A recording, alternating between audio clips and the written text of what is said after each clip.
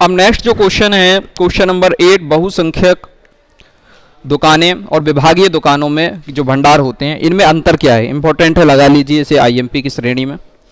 और पूछा जाता है ये 4 मार्क्स में, यानी 4 मार्क्स वाले क्वेश्चन में पूछा जाएगा।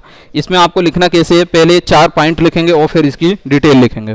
तो बहुसंख्यक दुकानें की पहले जो पॉइंट है उसका अंतर का आधार लिखना है। अंतर के आधार में पूंजी आएगी, यानी ये पॉइंट है।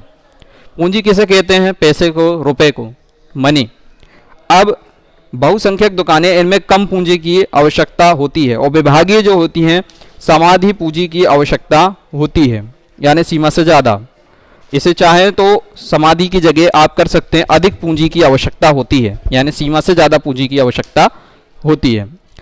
इसको इस तरीके से समझिए, जैसे बहुसंख्यक दुकान है तो इसमें पूंजी की आवश्यकता कम, और विभागीय दुकान है, भंडार है, तो भंडार करेंगे तो पैसा ज़्यादा लगेगा, तो इसमें लिखेंगे आप अधिक पूंजी की आवश्यकता होती है। अधिक लिखें या समाधि लिखें, दोनों का मतलब यही है, अधिक पूंजी की जरूरत होती है, अधिक पैसे की जरूरत होती है। जैसे हमने फुटकर और थोक व्यापारी में पढ़ा था, फुटकर में कम पैसे की जरूरत होती है और थोक में ज़्यादा की होती है। इसी तरीके से ये है कि इसमें बहुसंख्यक जो दुकानें, इनमें पूंजी की आवश्यकता कम होगी, और जो विभागीय भंडार हैं उनमें पूंजी की आवश्यकता ज़्यादा होगी। यहीं पे ये पॉइंट खत्म होता है। इसके बाद सेकंड पॉइंट है वस्तुओं का मूल्य। वस्तुओं का मूल्य यानी जो वस्तु जिस प्राइस पे मिलती है। मान लीजिए आप कोई एक फ़ोन खरीदने जाएंगे और उसकी कीमत 10,000 है, तो वो क्या हो गया, वस्तु का मूल्य हो गया। अब इसमें वस्तुओं का मूल्य बाजार से कम होता है। जैसे मार्केट में 10 रुपये, 20 रुपये, 40 रुपये वो चीज़ महंगी मिल रही है। अब यदि आप चले गए बहुसंख्यक दुकान, आपने वहाँ देखा तो वहाँ पे वो बाजार से थोड़ा सस्ता बेचा करते हैं, तो बहुसंख्यक दुकान में कम वाला होगा। ठीक है, पूंजी भी कम लगती है और वस्तु का जो प्राइस है या वस्तु की जो कीमत है वो कम रहती है। मैंने जैसे एक उदाहरण दिया था कि आप एक मोबाइल खरीदने गए दुकान पे, बाहर वाली दुकानों पे, वो बता रहा है कि आपका ये मोबाइल है 10,000 का है। अब आपने कहा मेरे को यहाँ से नहीं लेना, मैं बहुसंख्यक दुकान जाता हूँ। आपने गाड़ी उठाई और बहुसंख्यक दुकान चले गए। ठीक है, अब वहाँ पे वही मोबाइल 8,000 में मिल रहा है। आपने कहा 2,000 का फ़ायदा यहीं से लेना चाहिए। Same quality, same product, same warranty और सारे फीचर्स भी वही हैं और कंपनी भी वही है मोबाइल का। तो आप क्या कहेंगे, बहुसंख्यक दुकान में वस्तुओं का मूल्य बाजार से कम होता है। आई बात समझ में, बाजार से उसका मूल्य क्या है, कम है।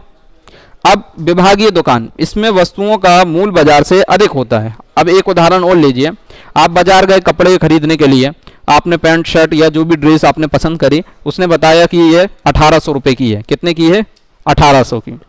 आपने कहा ठीक है 1800 की है, मैं विभागीय दुकान में और चेक करके आता हूँ। तो आप कहाँ चले गए, विभागीय दुकान। अब वही ड्रेस है, सेम वही प्रोडक्ट है, कलर भी वही है, साइज भी वही है, लेकिन वो कितने में दे रहा है, 2000 में। आपने कहा यार बाजार में तो 1800 में मिल रही है और वही चीज़ को ये कितने में बेच रहा है, 2000 में, यानी 200 रुपये ज़्यादा ले रहा है। इससे क्या पता चला, बाजार से इसकी कीमत क्या है, ज़्यादा है। तो विभागीय जो दुकानें होती हैं या जो भंडार होते हैं विभागीय, उनमें क्या होगा, मूल्य ज़्यादा होता है, वस्तु की कीमत ज़्यादा होती है बाजार से। एक दूसरे के दोनों विपरीत हैं। अब थर्ड पॉइंट पे हम आते हैं, वस्तुओं की संख्या। वस्तु की संख्या का मतलब ये होता है, जैसे ये मेरे हाथ में एक स्केल है तो ये 1 है। ठीक है, ऐसे मैंने 10 स्केल खरीद लिए तो वस्तुओं की संख्या कितनी हो गई, 10। मैंने 5 तुमको दे दिए, 5 मैंने रख लिया, वस्तुओं की संख्या कितनी हो गई, मेरे पास 5 बची। इसी तरीके से वस्तुओं की संख्या होती है। अब इसमें विशेष उत्पादक की निश्चित वस्तुएं ही बेची जाती हैं। एक विशेष उत्पादक की का मतलब क्या है, एक ही कंपनी की वस्तुएं बेची जाएंगी। मान लीजिए ABC एक कंपनी है और उसी कंपनी की आपको वस्तुएं वहां पे देखने को मिलेंगी। इसका मतलब क्या हुआ, विशेष उत्पादक की निश्चित, निश्चित का मतलब फिक्स, केवल वही वस्तुएं मिलेंगी जो अदर आपको देखने को नहीं मिलती। और इसमें उत्पादकों की सभी वस्तुएं बेची जाती हैं। देखो आप तो ऐसा समझो, जो आपकी बहुसंख्यक है ना, उसमें एक ही प्रकार की वस्तु देखने को मिलेगी। ठीक है, विशेष प्रकार की, निश्चित एक ही प्रकार की। और आपने कहा यार हमको और भी वैरायटी देखना है, तो वो क्या बोलेगा, विभागीय भंडार चले जाओ, भंडार में कई प्रकार की मिल जाएंगी आपको।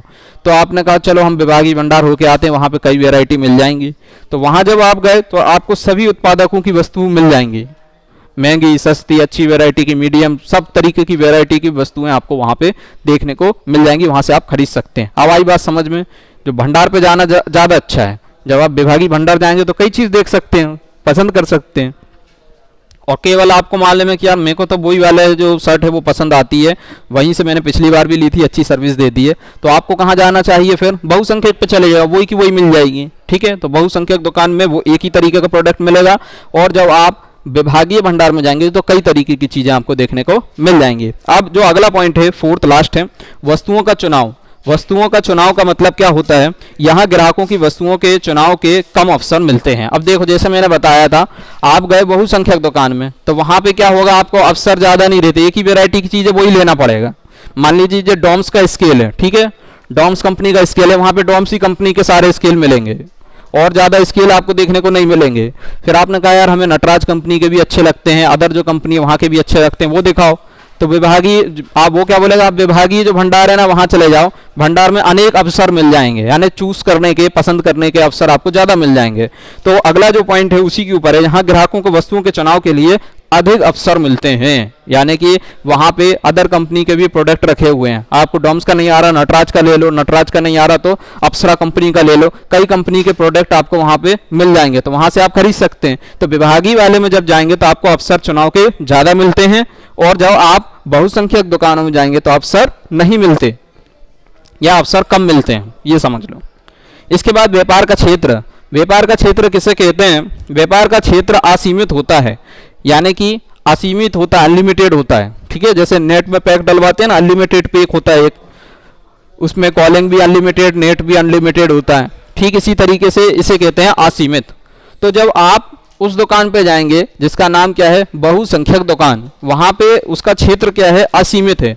ठीक है, बहुत बड़े क्षेत्र में है, और इसका क्षेत्र क्या होता है, सीमित। किस वाले का? विभागीय भंडार। विभागीय भंडार एक ही जगह पाया जाएगा, जब आप वहां जाएंगे तो कई वैरायटी की वस्तु मिल जाएंगी और वहां से आप खरीद सकते हैं। तो आई होप आपको ये वीडियो पसंद आई होगी, और चैनल को सब्सक्राइब करें, लाइक करें, ज़्यादा से ज़्यादा शेयर करें।